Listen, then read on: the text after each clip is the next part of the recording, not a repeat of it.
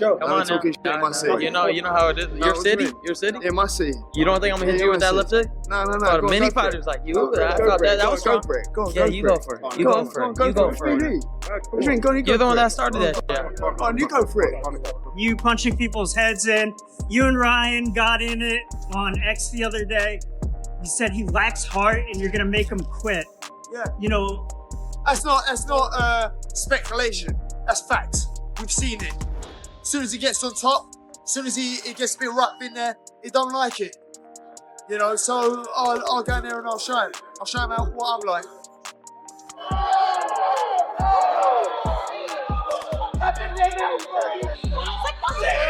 Who wanna do shit? Who wanna do shit? Who wanna do shit? Who wanna do shit? Yeah, who wanna do shit? Who wanna do shit? Yeah, cool. Wait till I smash you up. Wait till I smash you up and make you quit. Wait till I smash you up and make you quit. Yeah, why? Make you quit. Hey, you won't make me the fight. Your dad knows you won't make me the fight. Your dad knows you won't make me the fight. You quit. You have no heart. Conor Benn fires back at Ryan Garcia following a tense face-to-face interview filled with disrespect. Ben brushes off Garcia by labeling him nothing more than a social media influencer and shows little concern about facing him. The confrontation soon escalates, with both fighters exchanging sharp remarks and adding even more tension ahead of their highly anticipated matchup.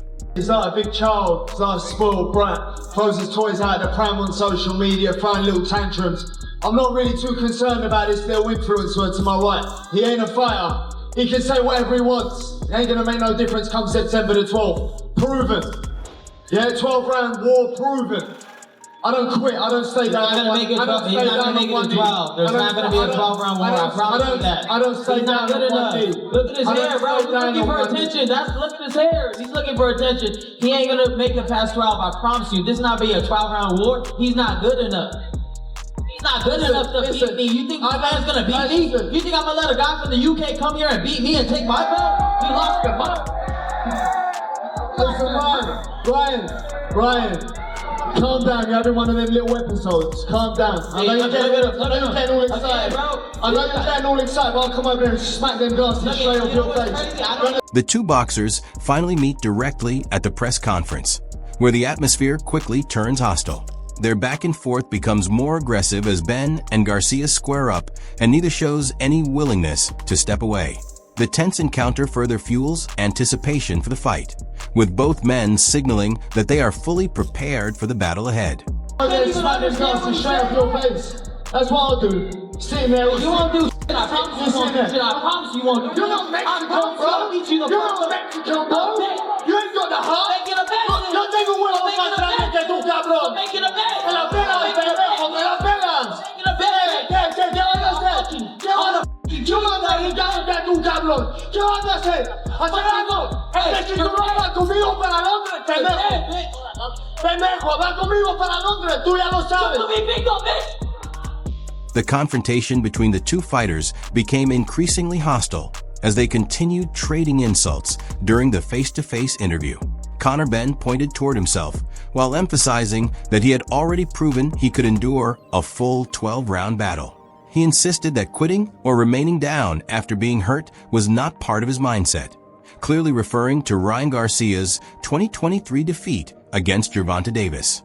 Garcia quickly answered back, claiming Ben would not last until the final bell because he did not believe the British fighter was good enough to defeat him.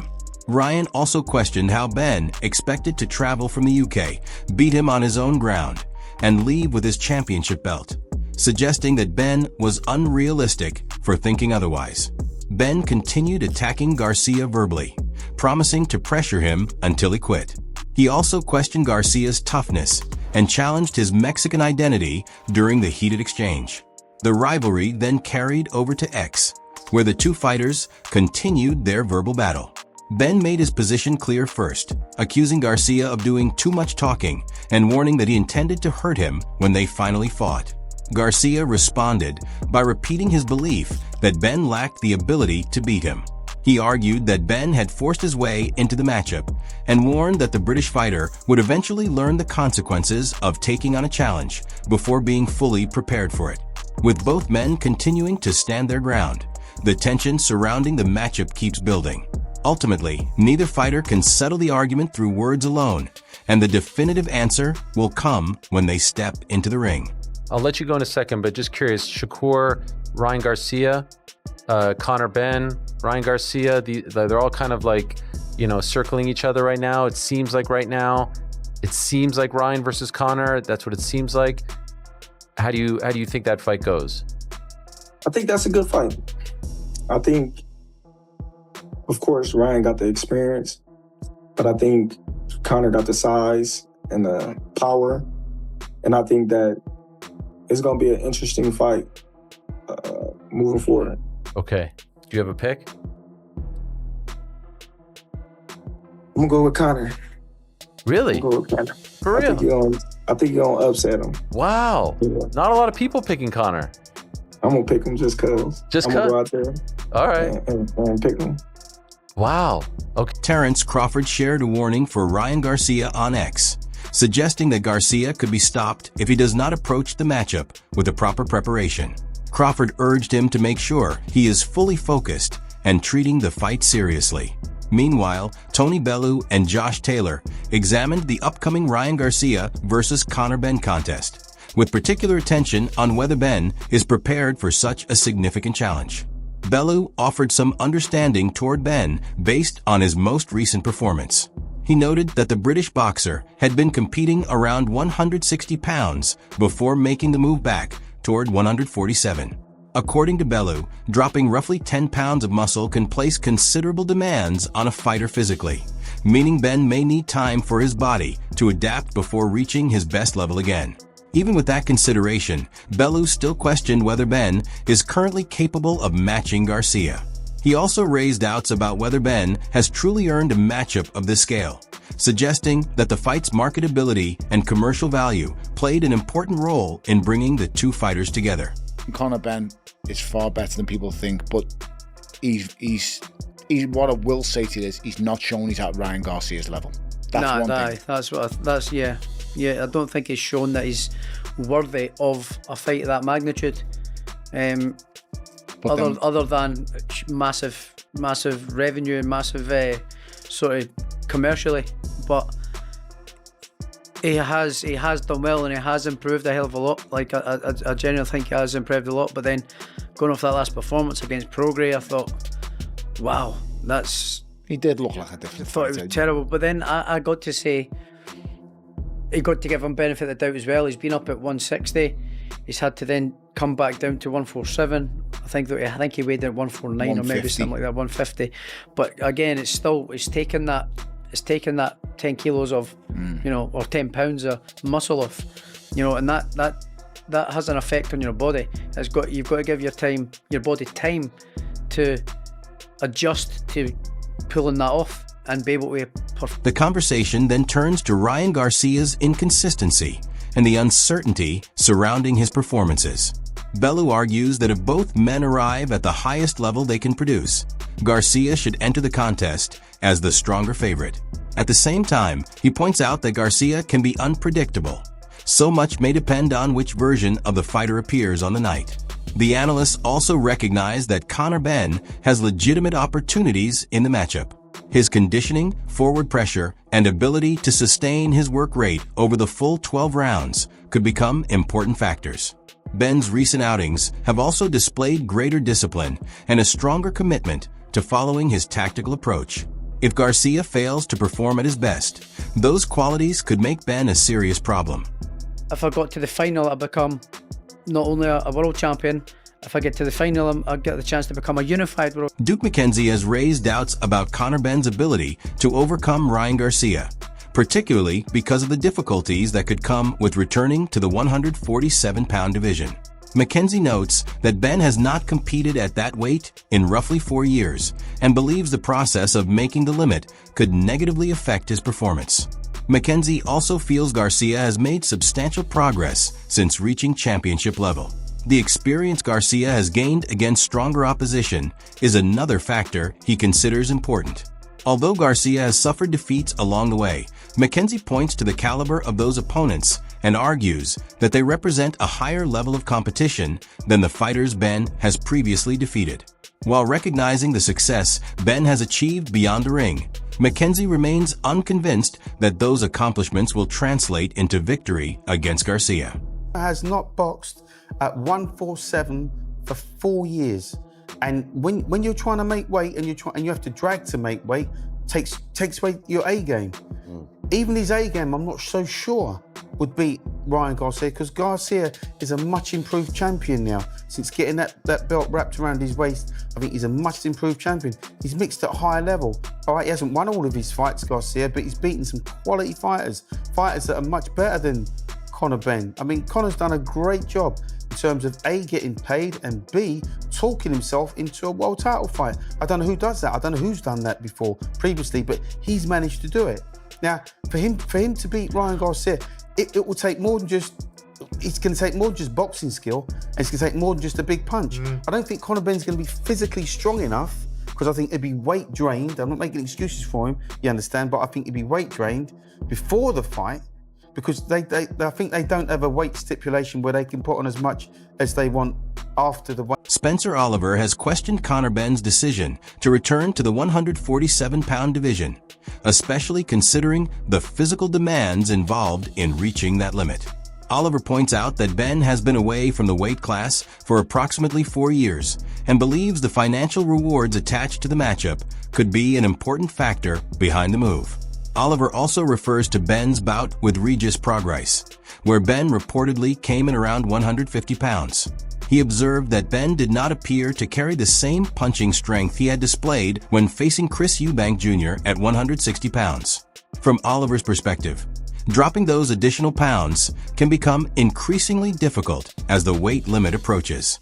He believes the final stage of the cut could place extra strain on Benn and potentially affect how he performs once the fight begins. Spectres up there in terms of Boots and Josh Kelly, so he doesn't have an easy pathway there. But why do you boys think, and jump in when you want, that he's made it so unequivocal that he has to fight at 147, given what we've all just said about weight drain and coming back down to that weight again? Because the opportunity was there at 147. He was made WBC #1 and he was mandatory there, even though he hadn't made the weight, as Duke said, for 4 years, which was absolutely absurd. But the opportunity was there, the big payday is there, and in Conor Benn's head, he'll be saying, yeah, I can still make 147, but I'm with Duke. The reality is he made 150 against Regis Prograis. The punch power had clearly left him down at 150 to what it was against Chris Eubank at 160. And, I think dropping that last 3 pounds, as you guys know, making weight and how difficult that is, that last 3 pounds to the normal guy is like losing 3 stone. And it will take a lot out of him. The reality is, I think we saw against Regis Prograis, 147 is going to be difficult for Conor. Wade Plemons examines the developing feud between Ryan Garcia and Conor Benn, noting that their animosity did not begin with the announcement of their upcoming bout. He traces the relationship back to the Ring Magazine Awards in January 2025, when the two fighters shared a lighthearted yet competitive exchange despite having no fight booked at the time. According to Plemons, Benn's confrontational nature was already evident during that encounter. He describes Benn as someone who seldom seems completely at ease around fellow fighters and often carries an aggressive presence. Plemons believes Garcia recognizes that characteristic in Benn and may be intentionally provoking him during their more recent interactions, adding another element to the tension between the two fighters. Ryan Garcia winning this fight, I do think that he's on a different level. But again, a rivalry creates the best in both fighters. And with Conor Benn, he will, I think, fight up to his level of competition, which will make him dangerous. Again, we'll see what the power is at 147, but Ryan's been hit on the chin, been dropped. There is something there. They're both power punchers. I do think it fits Ryan's style that Conor is so, fast twitch, and he has to do all these massive, exaggerated movements behind his jab and his right hand. It leaves openings for the quick left hook from Ryan and the right hand from Ryan. But I think all this plays right into what Ryan wants. Ryan wants him to get emotional. Ryan wants him to come after him so he can get on that back foot, throw that check. The conversation shifts to Ryan Garcia's conduct during the press conference. Plemons believes Garcia may be deliberately applying mental pressure in an effort to frustrate Conor Benn and draw an emotional response from him. He compares the situation with Benn's earlier feud against Chris Eubank Jr., where their repeated confrontations appeared to influence the emotional atmosphere surrounding their matchup. Plemons wonders whether Garcia is attempting a similar strategy by repeatedly provoking Benn before fight night. As the exchanges continue, the relationship between the two fighters appears to be becoming increasingly personal, giving their upcoming contest another dimension beyond the action inside the ring. And really cares about that anymore. I think it really messed with him as a kid, as he was coming up in boxing, that he wasn't Mexican enough. But this is on Mexican Independence Day. Maybe Conor Benn can go full on wear, do the Floyd Mayweather thing and wear the Mexican flag, and I'm here fighting for the Mexican people. That might get Conor a bit of a cheer. That might get him a bit more of some fans, because right now it seems like everybody's rooting against Conor, which seems like that happens in most of his fights. But it also might get under Ryan's skin if he goes that route. Really play into the fact that Ryan's not a true Mexican, that he doesn't speak Spanish, that he has no heritage in that he's one of these American talking, social media fighters that ain't really about it. He's kind of doing that. He's not falling for the bait right now. And instead, it's Conor who's getting baited just because Ryan opens his mouth. That's all he has to do is say, you're not good enough to be. Ariel Helwani talks about the increasing interest surrounding the Ryan Garcia and Conor Benn matchup, describing the contest as an appealing fight because of the intensity and personalities involved. He draws attention to the tense moments between the two boxers, including their exchanges in Spanish, which provided another memorable part of the build-up. Helwani also notes that both fighters' fathers were present during the event, contributing to the atmosphere surrounding the confrontation. Although he recognizes that Garcia could potentially defend the WBC welterweight title against opponents with stronger credentials, Helwani believes Benn offers a different kind of matchup and brings something unique to the event. The crowd was great. This is the type of fight that you can bring to a Fanatics Fest type of crowd, and they'd be into it. So the energy was great. Conor Benn busting out the Spanish was a nice little wrinkle. He spends a lot of time in Spain. His Spanish is great, by the way, and I don't know if Ryan speaks Spanish fluently like Conor does, but clearly Conor can hang, so that was fun. The two fathers being up there as well. Henry Garcia kind of got into the shot there, and you could tell Dana didn't love that. He was trying to get him to move away. All good. Nigel Benn there as well. Listen, is it the purest fights? The purest fight fans fight? Maybe not. Are there other people that you would want to see Ryan fight against as far as like a WBC welterweight title defense? Yeah, sure. But this is a fun fight, man. This is a fun fight. It's great for Mexican Independence Day weekend. It's going to be interesting how the UFC is going to do with Noche UFC. I suspect they'll put Noche earlier in the day to lead into. Helwani acknowledges that Conor Benn may not rank alongside the highest level opponents Ryan Garcia could potentially face. However, he believes Benn brings an aggressive style, strong energy, and an entertaining presence that can make the contest especially compelling. The matchup also has appeal because both fighters are willing to engage rather than avoid exchanges, creating the potential for an action-filled fight. Better boxers than Conor Benn that I would rather see Ryan Garcia fight, but as far as like matching his intensity, matching his energy, and Conor Benn is not a top tier boxer of the level that some of these guys that are, the conversation is happening around. But as far as bringing the fight, as far as excitement, as far as energy, Conor Benn is all of that. And so I love Garcia versus Benn. It's also the fraud check, right? Like in terms of when Conor Benn signed for Zuffa, the talk from the UK, I remember Dave Allen was on TalkSport and he was like, this guy is the best match fighter of all time. Like, this feels like, okay, well, he's not going to be able to hide in there against Ryan Garcia. No. This is going to be an absolute check of his skill. And a lot of people feel like, with the likes of Pro Gray and even the Eubank fights, he was always put in the favourable position. So very interested to see how it goes, just in terms of the fight as well as all this stuff. And there's also a lot of questions about the actual fight itself.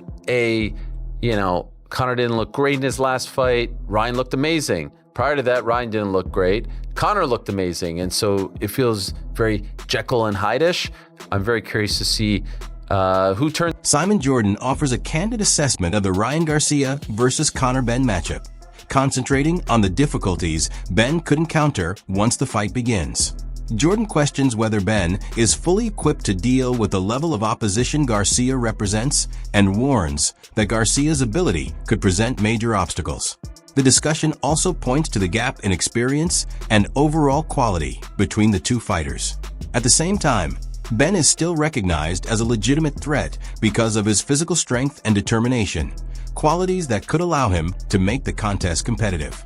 Jordan's direct evaluation adds further interest to the build-up, particularly with continued uncertainty over whether Ben has what it takes to overcome Garcia. For a matchup with Conor Benn, who's also signed to Zuffa, but how long before we see Ben Shakur? Listen, Conor Benn comes through against Ryan Garcia, you'll see that sooner rather than later. That's for sure. Huge. Absolutely. So is this fight that Conor's going into now. Until Conor can establish himself as a world champion, Shakur Stevenson is a pound-for-pound star. They've both signed with Zuffa Boxing. I don't know how Zuffa Boxing is going to get that money back, by the way. If the rumours are right that I'm hearing, and Shakur Stevenson signed a deal, a 9-figure deal, £100 million I'm hearing, somewhere around that part, or $100 million. How do they get that sort of money back?